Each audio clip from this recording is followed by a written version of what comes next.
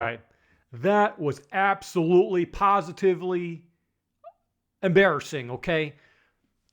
The Green Bay Packers, they go up against the Baltimore Ravens in Lambeau and they lose 41 to 24. Holy smokes. Packers overall didn't look like they wanted to play football. Okay? They looked like they maybe they partied too much when they found out that they made it to the playoffs or something like that. But they are not going to make it all that. They are not going to make it through the playoffs if they play like that. Packers' running game was basically non existent. I thought that they should have rested Josh Jacobs, but they didn't. Emmanuel Wilson only had 3 carries. He did okay with those 3 carries, but when you're in a hole, it's really tough to just incorporate a running game. Packers were playing behind for the majority of the game due to so many mistakes. They couldn't stop Derrick Henry. You know the phrase, grandma got run over by a reindeer? Well, the Packers, they got run over by a big monster truck, and his name was Derrick Henry of the Baltimore Ravens. Malik Willis. It was the battle of the backup quarterbacks. Malik Willis was a top player for this game. He threw for 288 passing yards with a touchdown and rushed for 60 yards with 2 touchdowns. So him alone had 3 touchdowns. Packers had some crazy miscues. They had a miscue again, second game in a row between Willis and Sean Ryan, the center, causing the turnover that they lost. Packers also, another turnover where the third string quarterback had to come in because Malik Willis got hurt. He's very delicate, I guess. The third string quarterback throws an interception to Bo Melton, and there was no spiral on the football. So it was really tough to catch the football. But the Packers overall, the receivers did phenomenal. Christian Watson had 5 catches for 113 yards and a touchdown. It was explosive in the very beginning. And Dobbs caught the ball 3 catches for 62 yards. The only thing is that the Ravens were running the ball down the throats of the Packers, who didn't look like they wanted to play football. And the Packers defense just got more tired out as time went on, as they were getting the ball shoved down their throats. The running game was really tough. They couldn't handle it. They couldn't stop it. Couldn't stop a nosebleed. Couldn't stop the freaking Ravens. Packers defense had basically no takeaways. What's going on with this Jeff Hafley defense? Are they really trying to get the football? They had probably a couple of opportunities to get the football in terms of an interception. I know they tried to get the fumble, but it didn't work. They got to do something. Something's got to change for this team if they want to make any kind of progress into the playoffs and making it to the Super Bowl. This is not a Super Bowl caliber team right now. Derrick Henry, 216 rushing yards on him alone. 36 carries with a total of 4 freaking touchdowns. Of course, you're going to lose this football game if you don't stop the run. The Packers stopped the run last week against the Bears, but they couldn't stop the run against the Bears this week.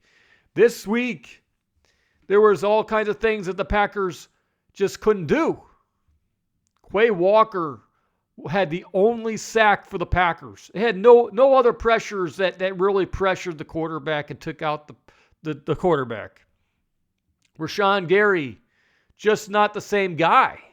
He got pushed around by a wide receiver. Rashawn Gary is supposed to be this tough guy on defense. He's not. He looked good in the beginning of the season, but he hasn't had a sack in over 8 games. So is this the last season for Rashawn Gary? Did he get paid to play like this? What's going on with Rashawn Gary? I would not even play the guy if he's going to play like that. You got other guys that can play. You got the guy, Mini Micah, on the team, Oliver. I would run with him at some point. Maybe that's the game plan when the playoffs come around. But Matt LaFleur, holy smokes there. Maybe they need to fire Matt LaFleur. This is the third game in a row that the Packers lost.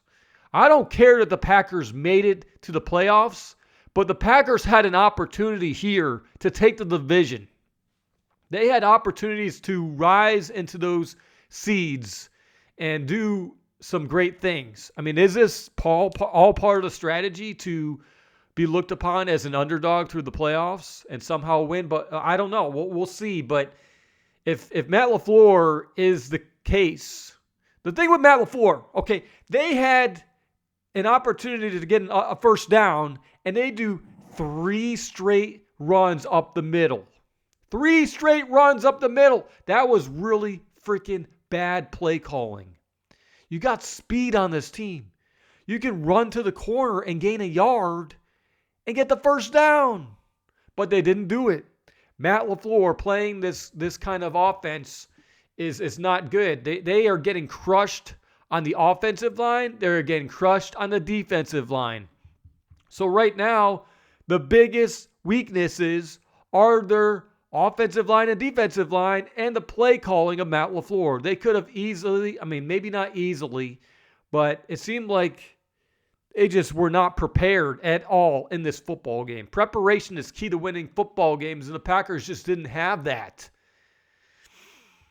But here are the Packers now. They got one last game of the season against the Minnesota Vikings in Minnesota, a game that kind of sort of doesn't even matter. But will the Packers win a football game before entering the playoffs? If they go 4 straight losses before entering the playoffs, I don't know about this team. I really don't know.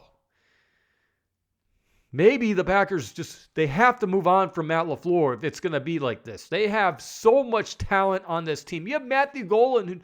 Matthew Golden had 1 catch for 12 freaking yards here. Matthew Golden, your first round pick.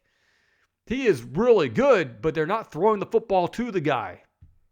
Van Ness, he was a first round pick. Was he all that great? I'm not quite sure. He's looking a little bit better than Rashawn Gary.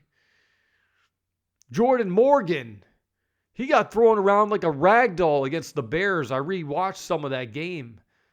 The first round picks are just not cutting it. They have to figure this out. But I also understand that there was a flu bug going around the locker room before this game. That's not good either, getting sick before a football game.